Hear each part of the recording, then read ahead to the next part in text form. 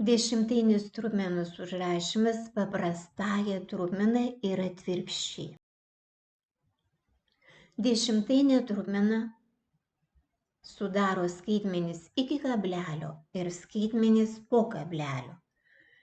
Skaitmenis iki kablelio kairėje dešimtainės pusėje yra sveikoji skaičiaus dalis. Skaitmenis po kablelio į dešinę trupmeninės skaičiaus dalis. Trupmenoje 15 sveikų ir 148 tūkstantosios. Sveikąją dalį sudaro 15. Jis sudaryta iš 1/10 ir 5 vienetų. Trupmeninę dalį sudaro 1/10, 400, 8 tūkstantosios. Duotame pavyzdyje dešimtainės trupmenos užrašytos paprastosiomis. Po kablelio skaitmenys į dešinę, tai yra paprastosios trupmenos skaitiklis.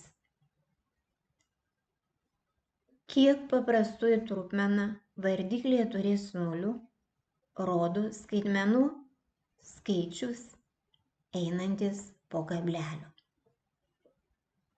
Jei po kablelio vienas skaitmuo, vardiklėje bus 1 nulis, jei 2, 2 nuliai, 3, 3 nuliai ir taip toliau. Arba tai yra skaičius 10 pakelta laipsniu. 8,12 vardiklis bus 10 kvadratu, nes po kablelio buvo 2 skaitmenys.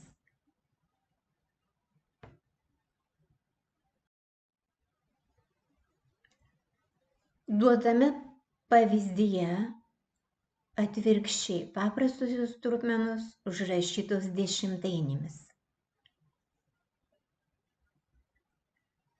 Kiek nulių vardiklyje, tiek skaitmenų į dešinę po kablelio. Trupmenoje 11 sveikų ir 700. Prieš septynetą parašome 0, nes paprastosios trupmenos vardiklis turėjo 2 nulius. O septynetas yra 100 dalis. Trupmenoje 20 ir 9 tūkstantosios, užrašant dešimtainę trupmeną, prieš devynetą parašome 2 nulius, nes devynetas yra 1000 ir vardiklis turėjo 3 nulius.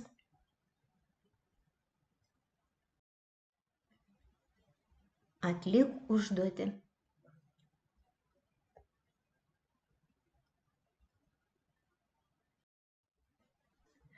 Žvilgtelk dar atgal, perskaityk dar kartą, įsimink. Ką dešimtainėje trupmenoje sudaro skaitmenys iki ir po kablelio?